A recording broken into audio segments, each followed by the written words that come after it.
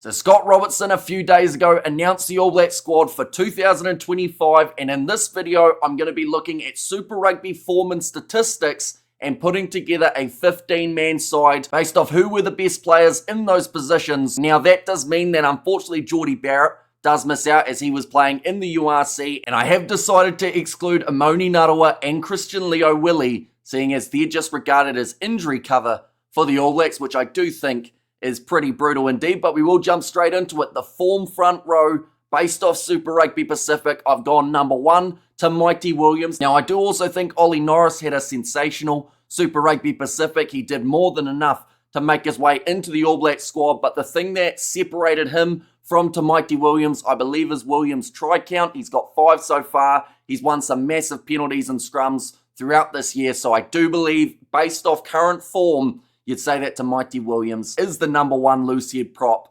based out of New Zealand. Number 2, this is where I've gone Cody Taylor. Now, he scored an outstanding try in the Super Rugby Pacific final, which of course will remain in people's minds when they think about Cody Taylor's form throughout Super Rugby Pacific. They have had a pretty successful line-out throughout this year too. The Crusaders with 88.2% accuracy. The only side higher is actually the Western Force, so it did drop a little bit after that Super Rugby final due to a couple missed lineouts, but then that was also down to who the Chiefs had when it came to trying to get those lineout steals. But I do think Cody Taylor, he's found his form at the right time as we head towards the All Blacks calendar, as last year for the ABs he was absolutely phenomenal, so they'll be hoping he can back it up with what he does. In 2025, number 3, this is actually where I've gone Fletcher Null. So I know what you're thinking, an all Crusaders front row seems a little biased, but Fletcher Null, other than those first couple penalties that Ollie Norris got over him in that Super Rugby Pacific final, his scrummaging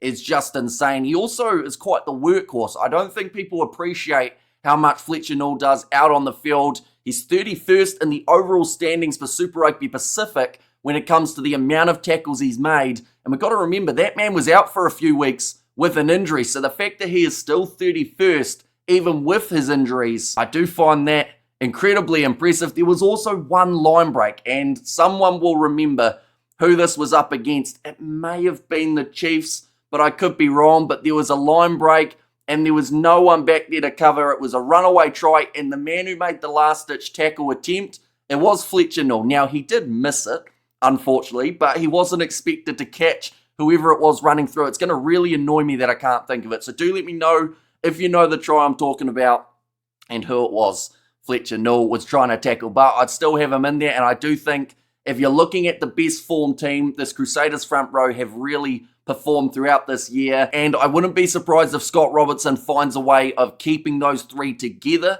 when it comes to a front row for the All Blacks. Of course, we will have to wait and see. We move on to the locks. This is where I've gone a little bit of a reshuffle, as I do believe both of these men deserve full credit for what they've done throughout this year. Number 4, Tupovai. Number 5, Fabian Holland. Now, of course, both of those guys have been playing 5 throughout this year, although Tupovai has played a little bit of 4 in the past.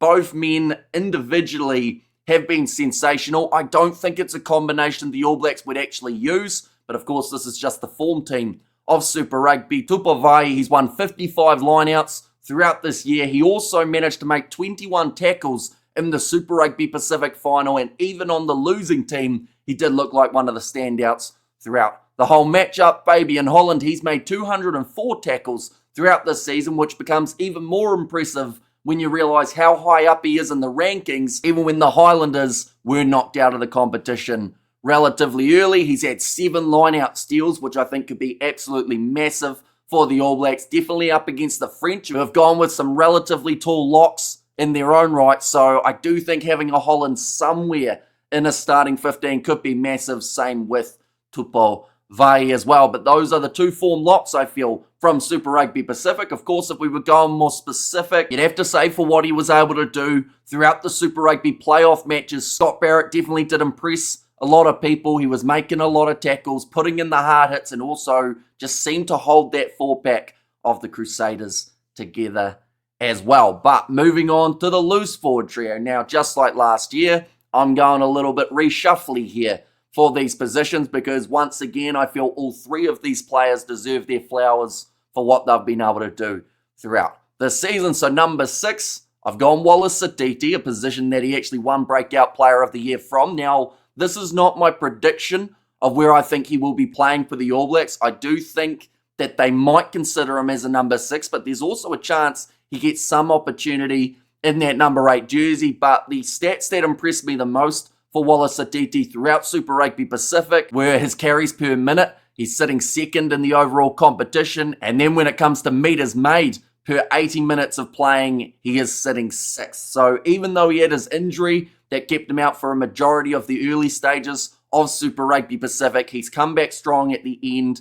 He didn't have as much to do with that final as I did expect, just because last year we did see how much he can step it up in the important contests. But this year, still very solid and definitely deserves his spot in the All Black squad. Looking at number 7, this is where I've put Duplessis Karefi in terms of form. He's had 220 tackles made throughout the competition. I believe the only man who surpasses him is actually Christian Leo Willie now, due to, of course, those extra games that we saw from the Crusaders. But somewhere that he does not get surpassed in is turnovers won. He is sitting second in the competition, 23, which is absolutely massive. His penalty count, though, is something that makes it even more impressive. The fact that he has given away far less penalties than turnovers that he's winning could be a massive game changer when it comes to that jackling for the ABs. And he's also beaten 25 defenders, so he's pretty handy with the ball in his grasp as well. So that is why I've got Karefi in that number 7 jersey. Number 8, somewhere that this man played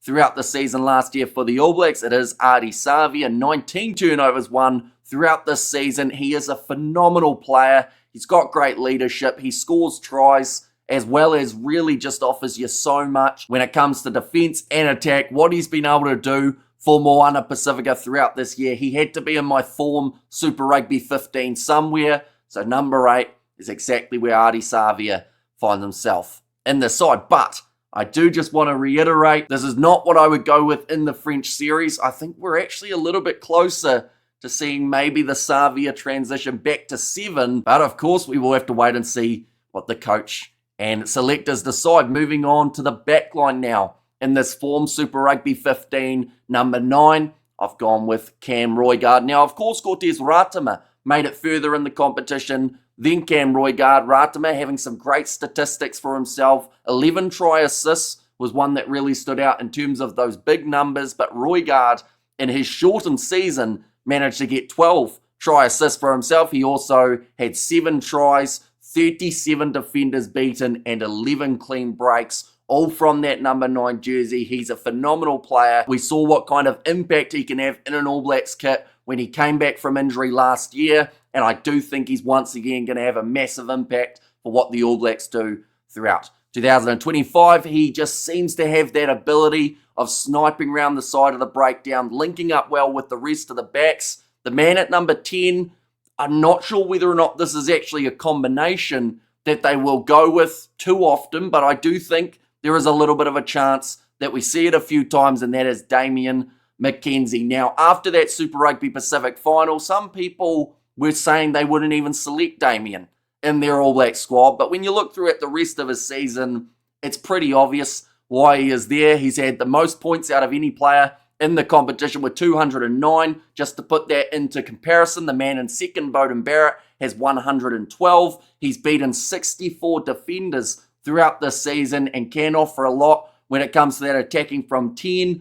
A lot of people have criticised the way that he attacks. Some people say he runs sideways. But every once in a while, you've got to run sideways to find that next gap. And McKenzie, when he's getting it right, can be one of the most dangerous 10s around the world. So for form, based off Super Rugby, I do think that Roigard and McKenzie are the best for those two positions across the whole All Black squad. Moving on to the centres. Now, this is where it gets a little bit interesting. I have gone number 12, Quinn Tupaia. He has had a sensational season for the Chiefs. He too has fought his fair share of injuries and had to come back, and straight away after returning from a head knock up against the Highlanders, the man seemed to have found another level. He was great throughout the Super Rugby Pacific final, which I think if it wasn't already confirmed him being in the All Blacks, which it should have, in that game definitely he did prove enough. He has had 189 carries throughout this season, so sitting second in the overall standings in that department. He's had 13 clean breaks. He just seems to find a way of making an impact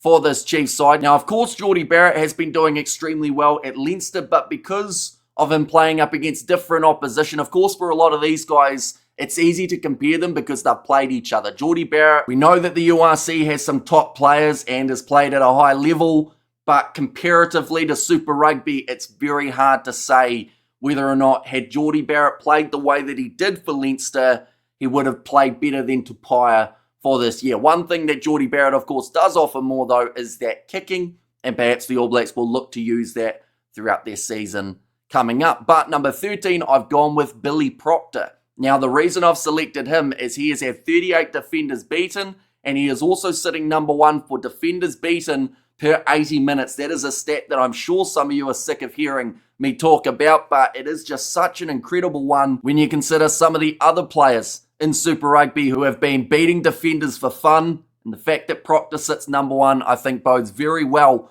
for his 2025 All Black season. 7 clean breaks, 2 try assists, and 3 tries for Billy Proctor. Now, the other 13 option in the squad, you'd say, is Rieko Ioane, although when you look at the comparative stats, Rieko, I believe, has beaten 14 defenders throughout this season. He has got 1 extra clean break, but he has also played a huge amount more minutes than Billy Proctor. So I do think had Proctor played the minutes that Rieko had, his stats would blow him completely off the park. So that's why I selected Proctor as the number 13. Number 11, this is where I've gone with Timothy Tavatavanawai. Now, I know as soon as I said Tupaia in that number 12 jersey, someone was probably writing a comment saying, where is Timothy? And the thing is, they probably already sent it, so I will get to enjoy reading a couple of those ones. But Timothy Tavatavanawai, of course, does cover out on the wing. This is, once again, not what I would select for the All Blacks. I do think that he's done enough this year to prove that he could actually be in that centre pairing, but he's had 176 carries throughout this year,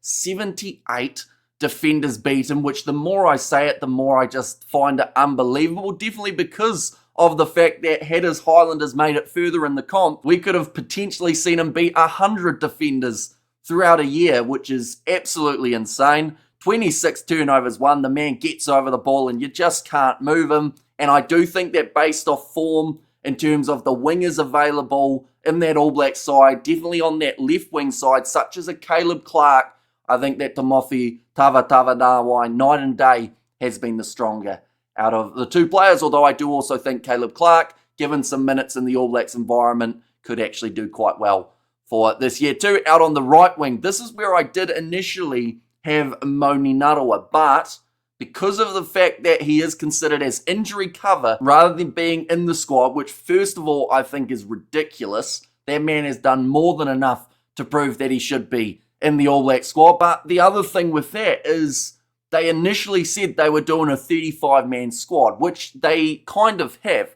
33 players, 2 injury cover guys. Why not just call it a 35-man squad and not say that Narawa and Leo Willie are just there to cover the injuries of Leonard Brown and Luke Jacobson? They have done enough throughout this season. It just seems like a cheap way of saying you might not make it to the Rugby Championship, but I would be pretty disappointed if they cut those 2 men out. But I have decided to go Sevu Reece out on this right wing because of my ruling that I am not allowed to use those injury cover players. So Reece, he's had 8 tries throughout this season, 14 clean breaks, 27 offloads. And the thing is, whether you like or dislike Sevu Reece, there's no denying that he can have some pretty impressive games throughout a Super Rugby year. He is now the leading try scorer across the whole of history for Super Rugby Pacific, and he can step up in those important moments. Moni Narawa, though, his tackling this season has been absolutely incredible out on the wing. He's beaten 25 defenders. He too has had 14 clean breaks for himself, 2 try assists. He's only had the 8 offloads compared to Sevu Reece, but I do think that had Narawa been counted as a main guy in the squad, I possibly would have selected him in that number 14 jersey. Number 15, I don't think there'll be too many arguments here, but I have gone with Will Jordan. 9 tries throughout the year, 15 clean breaks, 41 defenders beaten.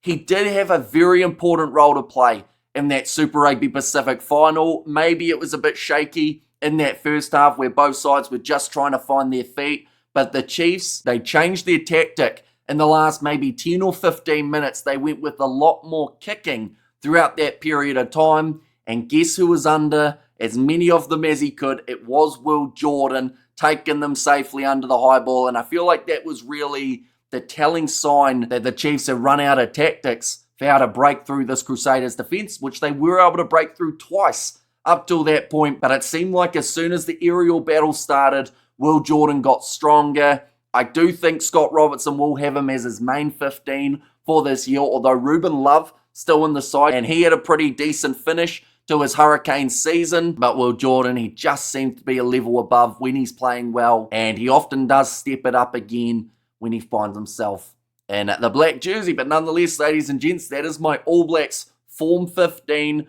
from Super Rugby. I have to reiterate, because I know that people may misunderstand the concept, but I am going with what I feel